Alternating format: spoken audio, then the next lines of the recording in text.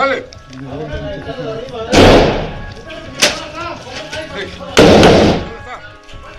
Cuidado ya, Cuidado de aquel lado, cuidado de aquel lado. Cúbranme a aquel lado. La ventana. Tenemos este. Vamos, hey, dos más. Dos más. Vamos. U.S. and Mexican Marines storm a house at night. After a 15-minute-long gunfight with high-caliber rifles and grenades, the Marines secure a Sinaloa cartel safe house before discovering another escape tunnel dug by El Chapo. Here are 3 times cartels messed with the wrong Marines. 1,500 elementos del ejército mexicano salieron de la 21 zona militar para realizar acciones en contra del crimen organizado en todo el estado.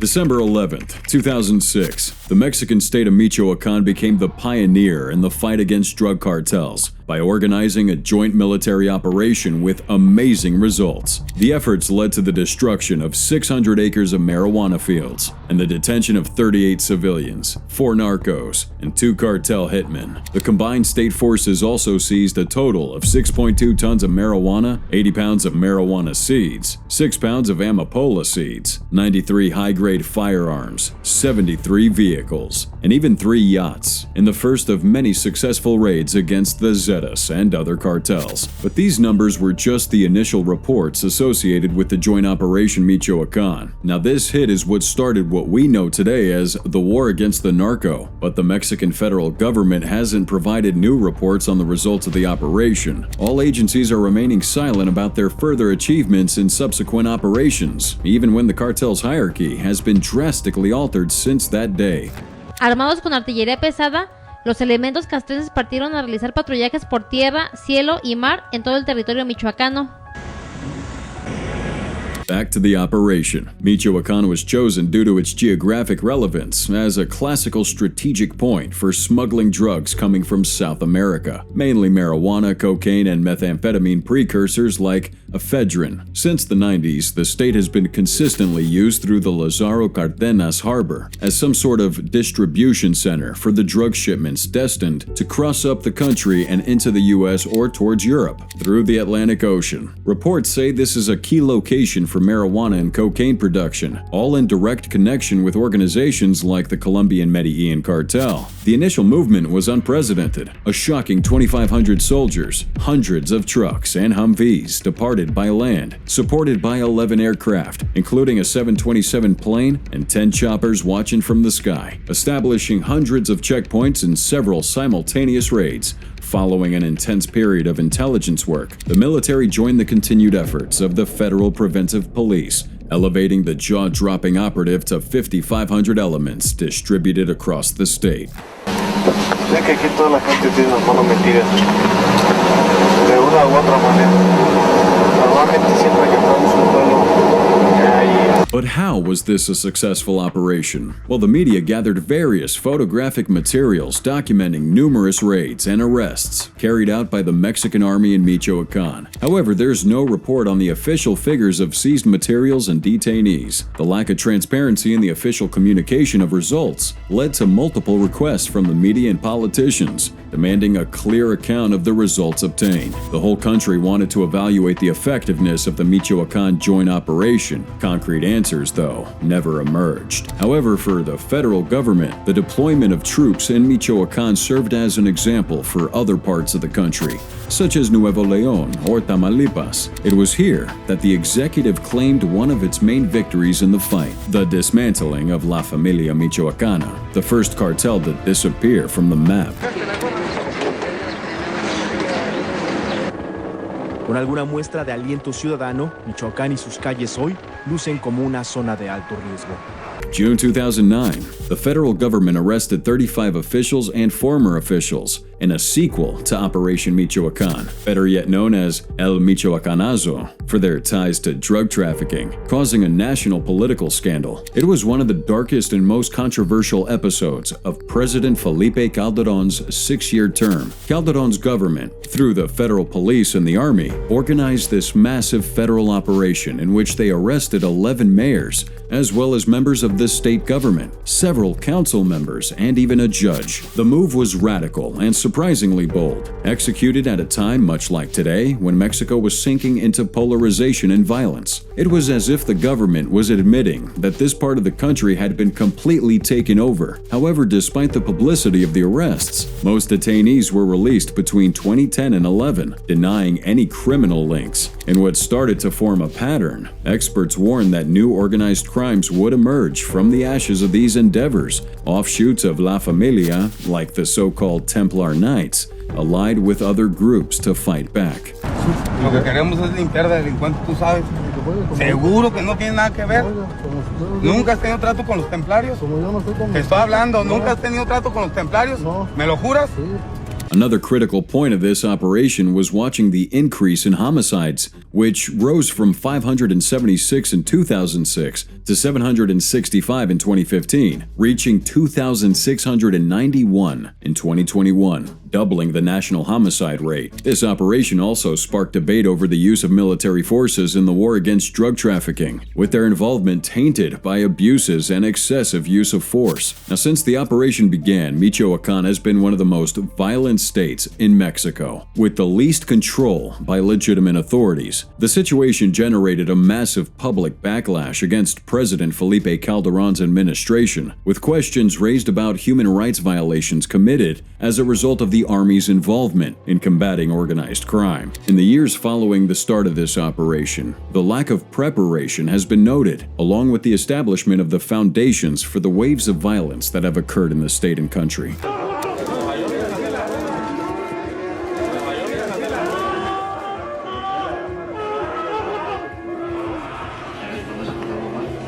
Although Calderon defended his strategy as a successful offensive against organized crime in a region affected by drug cultivation and production, it wasn't until November 2023, during the regional meeting of the Center for Public Policy Analysis, or CAPP, that the former president acknowledged the deep corruption of state authorities during his administration, as well as their close ties to Los Caballeros Templarios, or the Templar Knights. Now, the complete story of the changes set in motion by the initial operation is a long and complex one, but we can try to summarize the sequence of events from 2006 to this day as follows. First, the Zetas were forced to retreat and gradually lost their influence over the state. This was followed by the dismantling of La Familia Michoacana and the foundation of the Templar Knights. Several community self-defense groups would emerge across Mexican cities and towns, leading to the creation of the Commission for Security and Integral Development in the state of Michoacan. However, some of the self-defense groups arising during these years would become criminal organizations themselves, and later in 2010 a multi-cartel alliance including the Gulf Cartel, La Familia Michoacana, and the Sinaloa Cartel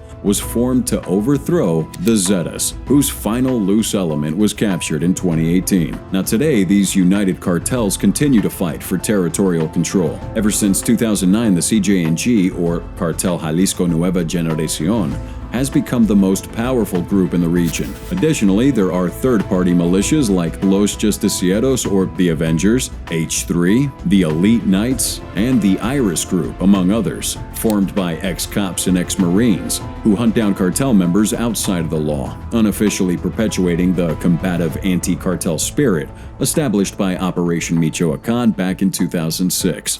Michoacán ocupa el segundo lugar en homicidios dolosos. Tan solo en enero se registraron 204, según el secretario ejecutivo del Sistema Nacional de Seguridad Pública, Javier.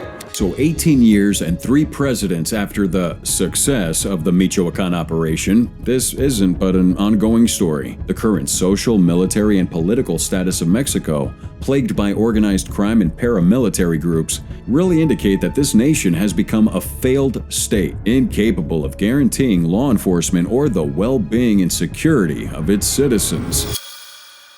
Pero le agradezco a Dios que te manden para así poder divertirme con ustedes, ojete. Le agradece que no tengo mi martillo, cabrón. The year was 2015, and like a character straight out of an action revenge movie, El Marino Loco always carried a small hammer, which he used in his interrogation sessions. You see, any hitman who didn't tell him information about the whereabouts of cartel leaders he was hunting would then receive a few hammer blows until the needed info was released. This guy from Mexico had embarked on a personal crusade against drug traffickers in his country. Details about his activities are scarce and fragmented though, requiring some speculation to fill in the gaps. However, this isn't an urban legend. There's a confirmed account of someone operating in the shadows to bring a form of justice to crime-ridden streets. Now, during his initial confirmed attacks, many believed he was a member of the Mexican Navy who had decided to take justice into his own hands. Quite literally, his MO was straightforward but effective. He'd capture a narco, used his little improvised interrogation tool, which was a small meat tenderizer, to extract information. Adding to this brutal tactic, he would humiliate his captives by dressing them up as women, putting on makeup, and making them parade around, stripping away that macho facade. No digo que son víctimas, uno decide qué hacer y qué no hacer. Ellos tomaron esa decisión de ser malandros, y entre los malandros tiene que haber alguien que mande. El Marino Loco, translating to the Crazy Marine, was later confirmed to be a former infantryman of the Mexican Navy. In Tamaulipas, he became known by several humorous nicknames like Crazy Marine Thor and the Lord of the Hammer, but his real name is Eric Morales Guevara. Growing up in a small town in northern Mexico plagued by dangerous cartels, Eric witnessed violence every day, living in constant fear. Now, despite the immense pressure and temptation to join a cartel, he chose a different path. This man would dedicate his life to bring down narco criminals, aiming to hit them where it hurt and humiliate them, as they had humiliated innocent lives. The Gulf Cartel experienced a significant decline in both its size and profits during the last couple of decades, and El Marino Loco played a pivotal role in this downfall. As far back as 2006, Eric's name began circulating amongst Navy officials who were intrigued by this unconventional and sadistic method.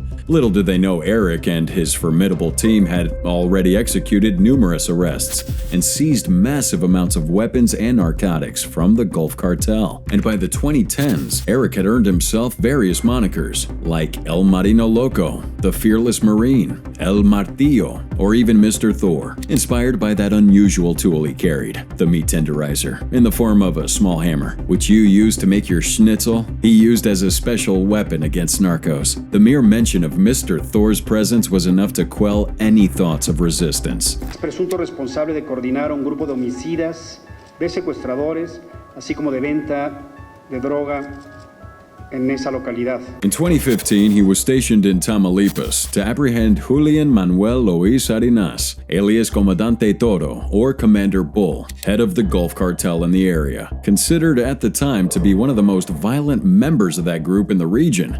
After this arrest, Eric became a symbol of unwavering determination, a force to be reckoned with. Now, his main target, the Gulf Cartel, was the very organization that had brought so much destruction to his hometown. He saw him as a dangerous infection, a virus, threatening Mexico and its people. Eric was on a personal mission to dismantle this cartel and bring justice to those who had caused so much pain and suffering. The story of the Lord of the Hammer began to cement when he announced his illegal capture operations on social media and publicly humiliated these hitmen and leaders of the Gulf Cartel by showing them dressed up as women, showcasing that little hammer he used to torture them, wearing makeup, and forcing them to kiss one another after being captured.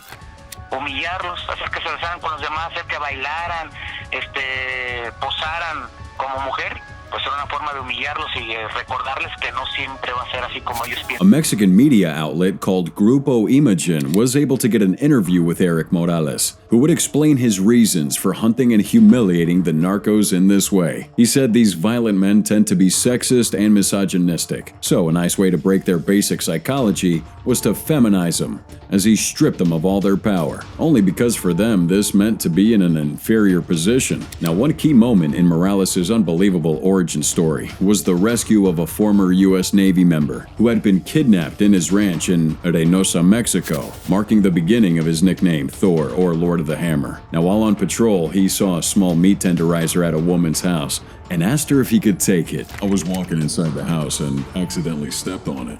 When I saw it, I asked the lady if I could take it with me. She asked me why I wanted it, and I told her I needed to smash these bastards, to use it on those who wouldn't talk. She picked it up, put it in my hand, and said, "Smash the f*** out of them." So from that moment on, Eric Morales had amassed lots of accusations of entering the houses of hitmen and destroying their valuable possessions. By April 22, 2017, he would break into the home of Sylvester Aro Rodriguez, alias El Chive, a Gulf cartel leader in Tampico, where he went as far as stealing the ashes of the Capo's father. He destroyed all the pictures of El Chive's father and left a boldly written note proclaiming the ashes as his own. That humiliation can strike at the core of a cartel kingpin's pride, shaking their belief in their immunity to degradation. This guy kept going and would raid another plaza boss known as El Gringo. The actions of El Marino generated both fear and respect among criminals. Te voy a matar, cabrón. Ay, Diosito santo.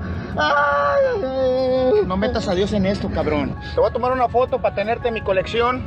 The guy was pretty simple. He would capture narcos and have them tell the truth about their operations and accomplices. I mean, even the most hardened criminals, who were seasoned plaza bosses or leaders, received these messages clearly, as he used to film himself before every operation. I'm just telling you right now that we're not taking any freaking prisoners. You already know how I work, so let the show begin. Now, currently, Eric Morales' whereabouts are obviously a mystery. However, there are several theories explaining what happened to this popular Marino Loco. U.S. News might mention that he's possibly dismissed from the Navy for being involved in corruption and illicit acts, while others say that he voluntarily left the Mexican Navy. On the other hand, some are claiming that Morales continued his activities and even formed his own anti-narco group to operate from the shadows. An indication that supports that idea is that in Michoacan, drug traffickers were reported to have been detained while dressed in women's clothing, something sarcastic of the operations led by the ex-soldier. Eventually, when they saw me arrive, it was no longer necessary to ask them anything or to use my methods to get them to tell me the truth. They simply looked at me and said, "I'm going to tell you everything, sir. Like this, like that, okay?" And these thugs were the heaviest. Those who were the local bosses or the regional bosses. That was the hate I had, because no matter how much they sent at me, messages, money, gifts, women, everything that a man could be weak for, I just said no. I sent their bruised messenger back to him, marked with a hammer blow, and I told them to relay the message. Women, money, alcohol, or drugs. That didn't satisfy me at all. I wanted them. De uno de los tantos pendejetes que han llorado, cabrón, diciendo que no tiene nada, mas sin embargo eres un maldito lacra de la pinche sociedad, que envenena, cabrón. Ultimately, the cartels offered a reward of 5 million pesos, or about $280,000 for his head. The man is still seen as a national hero in Mexico, and maybe, just maybe, he's still out there hunting down cartel members, since from time to time, there are reports in Michoacan of drug dealers getting caught or killed while sporting women's underwear. That's a signature of El Marino Loco in his hammer-blowing days. Unfortunately, over the last couple of decades, cartels have made sick torture practices a common occurrence. Both the Gulf Cartel and the CJ&G have gained notoriety for filming this brutal torture and sharing those horrifying videos online, thus perpetuating the unending cycle of violence. En el municipio de Los Mochis, Sinaloa, integrantes de las instituciones de seguridad del Gobierno de la República lograron detener a Joaquín Guzmán Loera. January 8th, 2016, a tweet from Mexican President Enrique Peña Nieto announced that Joaquín Guzmán Loera, aka El Chapo, had been captured for the third time in an operation by the Mexican Navy in the city of Los Mochis, Sinaloa. Operación Cisne Negro, or Operation Black Swan, ended successfully, marking the beginning of the end for the former boss of the feared Sinaloa cartel. 1 year later, he was extradited to the United States. This had all started on July 12, 2015, when the Special Operations Unit of the Mexican Navy was summoned to their facilities in the Southern Federal District. Joaquin El Chapo Guzman Lora had escaped from the Altiplano prison just a few hours earlier. 179 days later, on January 7, 2016, at that same location, the unit met again to make a strategic decision that would lead to his third and final capture. For 6 months, the U.S. and Mexican military joint team had pursued Chapo, but without success, in the mountains and in the city, in ranches, houses, cabins, and camps, blending in with the locals to wait for him, in urban areas, and even attempting to attack his rural hideout, searching for him by air and land, but nothing had worked. However, on January 7th, based on strategic information gathered by the Centro de Investigación y Seguridad Nacional, or CISEN, and also processed by the Naval Intelligence Department, they would determine that El Chapo was sleeping that night in the city of Los Mochis, municipality of Ahome, Sinaloa. Now, they weren't too sure about this. It had an 80% success probability. If they failed, it could be months before they get another chance at this. By the end of that afternoon, they decided they would go after him. Third time's always the charm. Deja ver a un grupo de marinos en un aeropuerto que no ha sido identificado, mientras trasladan a un hombre con la cabeza tapada sin camisa de una camioneta de la Marina a una avioneta, quien al parecer es el Chapo. Now, we know Chapo had a series of dramatic captures and escapes that marked his criminal career, really making him a legend in Mexico and the rest of the world. For those that don't know, he was captured for the first time back in Guatemala, June 10, 1993. But despite his imprisonment, he would continue his operations seamlessly from behind bars. The max security prison in Puente Grande, to which he was transferred to in 1995, effectively became his new command center. And on January 19, 2001, Chapo's first escape from prison was a masterclass in bribery and cunning. He turned those guards and managed to slip out of this top security facility. And he would do this by getting a guard to help him escape in a cart filled with dirty laundry, navigating through unguarded hallways and passing through wide-open electronic doors. He and his accomplice would reach the inner parking lot where only a single guard was on duty. Guzman sprang up from the cart and jumped into the trunk of a Chevrolet Monte Carlo, making his first escape. Hasta el helicóptero Black Hawk que le llevaría a la prisión a la que nunca hubiera querido volver, la del altiplano.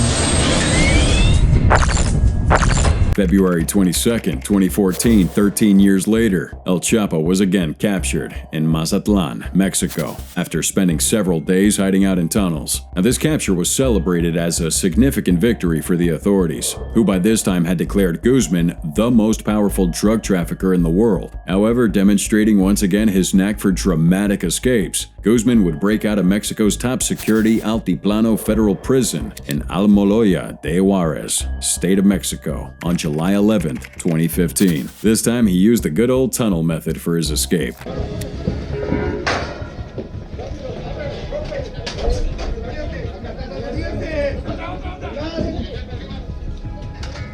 Now, fast forward to Operation Black Swan. Intel operatives in the zone weren't sure if the cartel members they were following referred to El Chapo, but a lot of tech and field monitoring allowed the members of the CISEN to detect that several cartel members were talking about their aunt coming, the grandmother arriving soon, and that they needed to be prepared. They moved with diligence. It was obvious they were referring to someone important, most likely El Chapo, but it could have been another high-ranking member of that criminal organization. So on Wednesday, January 6th, Guzman Lora landed in a small plane on one of the many airstrips at his disposal in Guamuchil, Sinaloa, a stronghold of his cartel. The leader in this area, Cholo Ivan Gastelum Cruz, personally went to pick him up and served as his driver, transporting him to Los Mochis, guarded by his gunmen. At around 11 p.m. that same Wednesday, they arrived at a safe house located at Boulevard Iquilpan, number 1002, where they spent the night. The next day, an elite command unit with 17 Marines who had been on guard in Los Mochis during the holiday season were mobilized.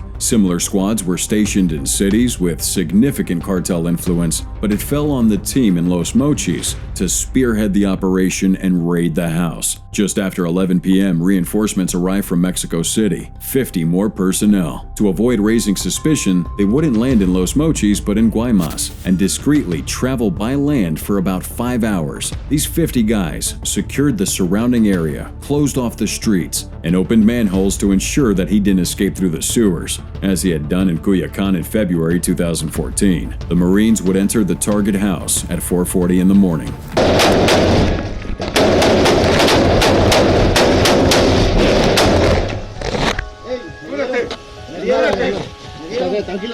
This wasn't gonna be easy. The Marines hadn't anticipated that there would be so many of them, so heavily armed and really well trained. They were under fire immediately. An operator was hit in the forearm and blood started pouring out everywhere. Once he fell, the second man in line took his place and continued with procedure, but they kept receiving heavy fire from inside, with large caliber rounds, possibly 50 caliber. That's when they decided to throw in a hand grenade. After detonation, they inched closer. The first man saw the aggressor on the left and fired. The room was clear now, and the blood on the floor belonged to a member of the security team.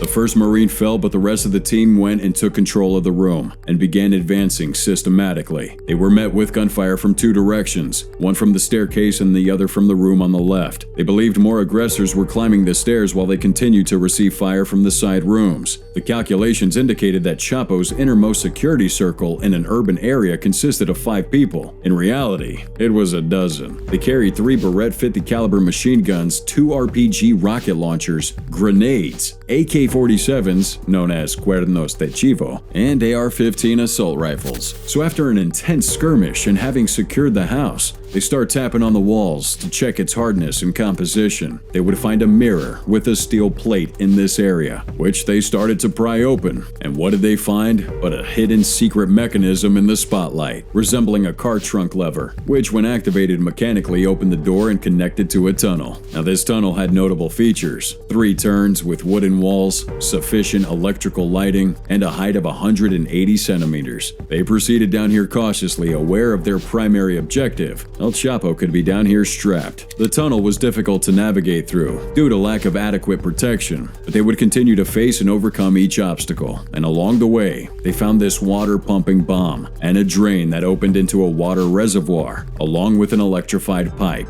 Finally, after overcoming all these challenges, they come across this open gate in the storm drain. Initially, there were 4, but in the final stretch, after an hour and a half, they were joined by another 42 individuals advancing. El Chapo had a 90-minute head start in a tunnel 180 centimeters high, 1.5 meters wide, and 15 meters long, with cement floors and wooden walls. After opening the gate and accessing the storm drain, para nosotros, porque no tenemos protección. Tenemos que venir aquí con nuestro escudo, con nuestras armas listas para poderlas accionar.